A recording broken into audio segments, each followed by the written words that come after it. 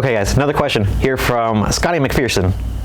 Appreciate the question. Thank you. I'm not one to point towards the negative things in life, but I'm curious to know, what are your biggest pet peeves as an LGS owner? Probably the number one thing is just people that don't shower, man. I don't understand it.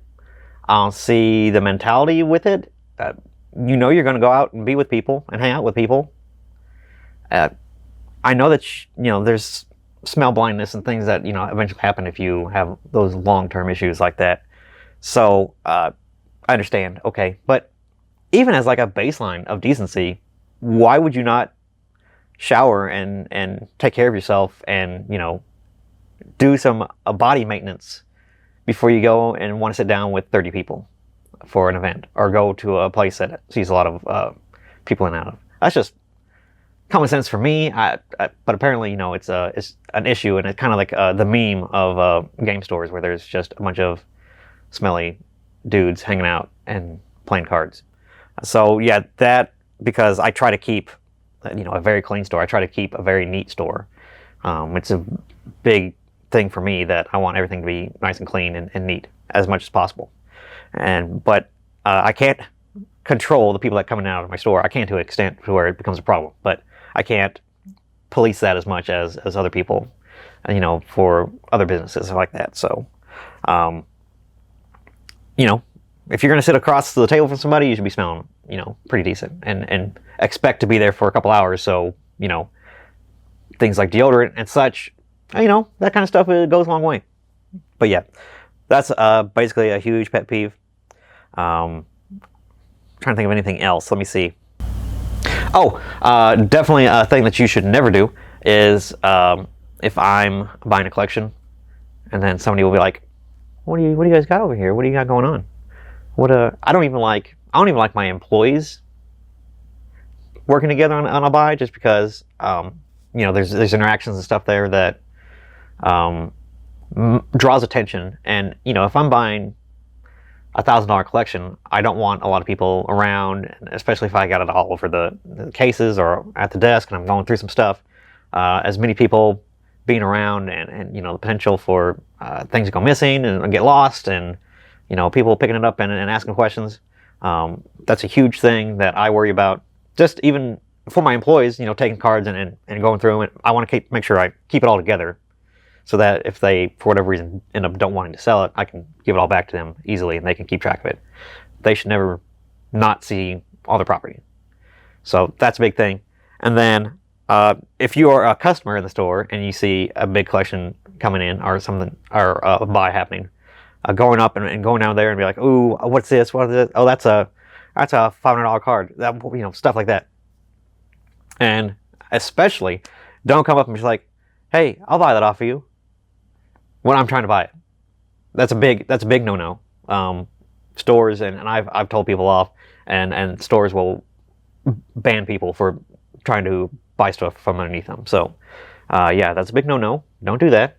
And yeah, just if there's something cool that's going on in the store, observe from a distance. Don't crowd around it, and especially don't try to be a part of the conversation, because I'm performing a business transaction. I don't need other people chiming in with their stuff, because I'm talking to the person and I want to see how they're comfortable, what their feelings are. And I do take every opportunity to say, are you sure you want to do this? Are you comfortable? I can get this at this price. I'm going to give you this much percentage on it.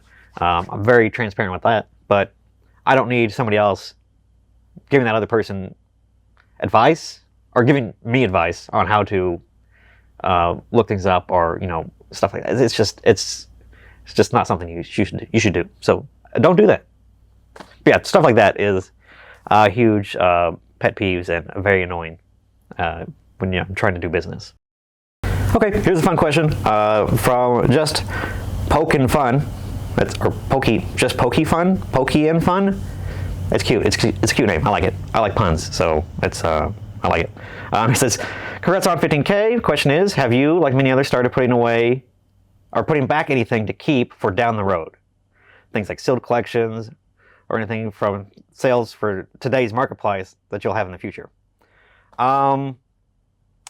We did that at a point, and we started doing that probably like a year and a half ago, we started just buying things and then putting a case of it away in the back and just forgetting about it. We did potentially start that and thought about doing that as just a way to do it.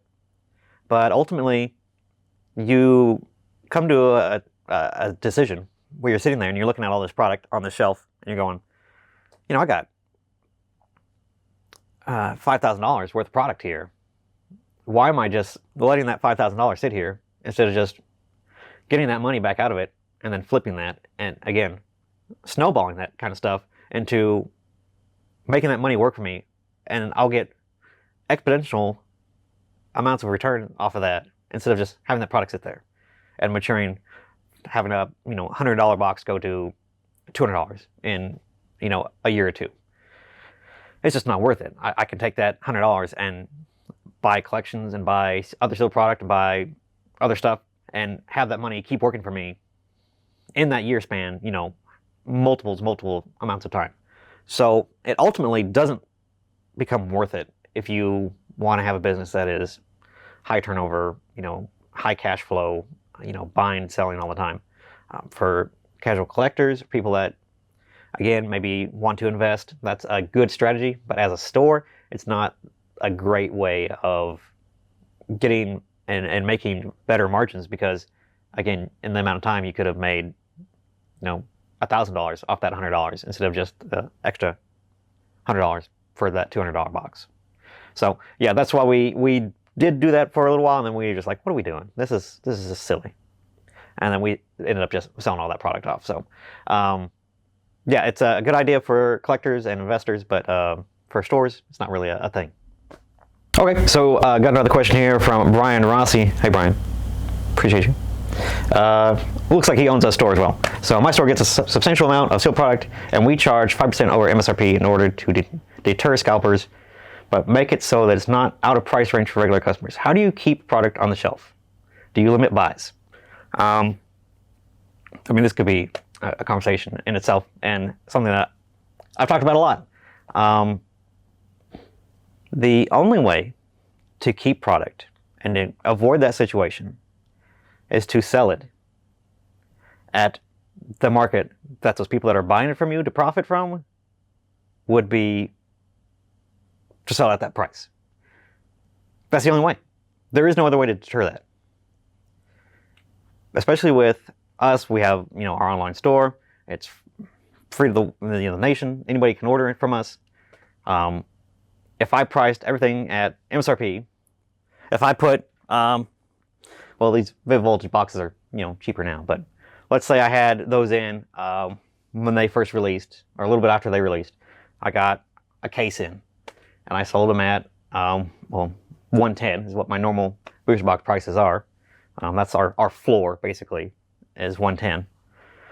If I was to sell that at that, they would be gone instantly. I would never have any product in. I would, like you said, you have to go above MSRP a little bit to make sure you have stuff, which is perfectly fine. Makes sense. Most booster boxes are below MSRP by a substantial amount because 144 would be the regular booster box price. That is MSRP. Me selling a box for 110, that's almost 15% under MSRP. But yeah, obviously the runs and stuff that this hobby's had, Pokemon in particular, is not the norm. It's not what happens. And any other day of the week, yeah, my product will all be at MSRP or below. But there's a point, and you being a business owner, you surely think about this, and there's a balance. There's a balance between, keeping your customers happy and making the most money possible. As a business, you're there to make money. The community is there and supports you, and you would hope that they would support you through whatever market turns are. And in complete honesty, if those people don't want to buy at those prices, they don't have to. That is the great structure of a marketplace and an economy that has ebbs and flows. And again, the particular reason why this would have been an issue at all, because we see these in other TCGs and nobody makes a stink about it ever, when there's just a lack of product.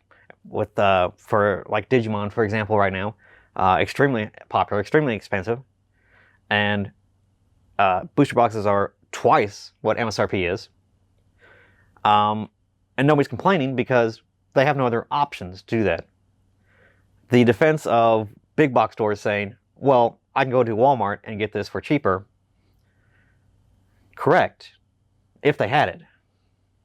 I mean, if you could just go into a Walmart and it was, a common enough item to buy it at that price, that means the market price would be lower. There wouldn't be issues with the increase in pricing because of demand, because of price scarcity, or the product scarcity would be so low that the prices themselves would be down.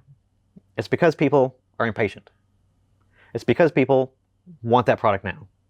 That is the kind of society that we live in. And people that want to spend money and to buy things at a higher price, they're okay with doing that because otherwise they wouldn't be selling on eBay and TCG Player and all these places for these inflated prices. Now, if you have no access to online marketplace, and maybe you didn't sell online, I know some LGSs do not do that. They just buy for their local customers, and that's just, that's a product that they keep. Yeah, it makes absolute sense. If you want to just keep it in store, don't want to hassle with doing online and with the fees and the taxes and all that stuff you have to worry about, I completely get that. I understand, and that is a completely viable option for a lot of stores out there. But you're catering to two different markets in that place, and in that case, then, and you have to adjust your prices based on the market, ups and downs, higher or lower. As a business, you should be trying to make as much money as possible. And if there's buyers out there at a certain price, it's okay. Quite simply, make that money. And I know that upsets people, and I don't know what to tell them. I don't know what to tell them, because if you were in my situation, you'd be doing the same thing. If you knew how scarce a product was because of pricing, and the prices were as high as they were, you'd be doing the same thing. That's just the truth. And if you're not doing the same thing, you either have different markets than I do, or you're just lying to me in this situation. That's just what it is. But that's the only way to detour scalping, because obviously there's buyers out there paying that price. So just sell for close to that price. If you want to be up in between, some people do that, to do a little bit in between, just to rationalize, hey, I'm giving you better than you can buy online, but yeah, it's a little bit above MSRP. A lot of stores do that. Again, like you said, you can limit your buys. That's good. If you're doing in-store stuff, online, can't really limit buys. People will just make fake accounts or do whatever, and it'd be not policeable. There's not a way to do that. So, yeah, that's what you said, Brian, is that's just the way to do it, is either limit buys locally, if you're just a local-only store, or, raise your prices to what people are willing to pay for them. That's the way to do it. That's how you keep product on your shelf. Because, again, I've talked about it many times, I don't have product on the shelf just because I get a ton of it. It's because I'm throttling the prices to make sure and I can maintain the amount of stuff that I have in my store. Because if people walk into my store and I don't have things on the shelf, they don't come back, ever, period. If they come into a card store and see that we have no cards, they don't come back. If they come into a store and see it, my prices are high, they go, okay, they price at market pricing, I'll just buy singles then. Or I'll wait till the price goes down. And that's what I tell folks if they do complain about the price. But right now, everything's back to normal pretty much anyways. Very close to what it was before the big rush. Supply is good enough now. That's not really an issue. But that is the justification that I, as store owner to store owner, you got to make sure you have product on your shelf. And you can sell it for more if you price it accordingly. And just watch the market and make sure that you're, a comparable option to eBay, Amazon, all that stuff. So long as you are making more money and you're keeping product on your shelf long enough to make sure that you have product for people that really do want it. You're killing birds with stones. You're taking care of your community because you have product. If you don't have product at all, you're just like, oh, yeah, I don't get another wave 2 of Chilling Reign doesn't come out for another month and a half, so I'm just gonna sit here with no product. Those people will never come back to your store. So that's the kind of stuff that you have to think about. That's the kind of things that buyers don't understand. And that's the kind of stuff that I tell people on this channel so that they understand where we're at with pricing. But thanks, Brian. Thanks for the question. Good luck on your store. I appreciate you watching me. Hopefully you're doing well. B-Ball Laker Man. There's a lot of B's, a lot of L's, a lot of repeat things there. Okay, he asks, what set or product for any TCG surprised you and how much you sold or how popular it was in your store? Also, what set product from a TCG did you think was going to be a big seller but flopped? Awesome question. That's so good. So good. The clientele for game stores are so different and so vast that this answer is probably going to be different for everybody. There are stores out there that are completely sold out of Modern Horizons 2 for Magic, the latest Magic set that's just come out. There's stores out there that was sold out really week.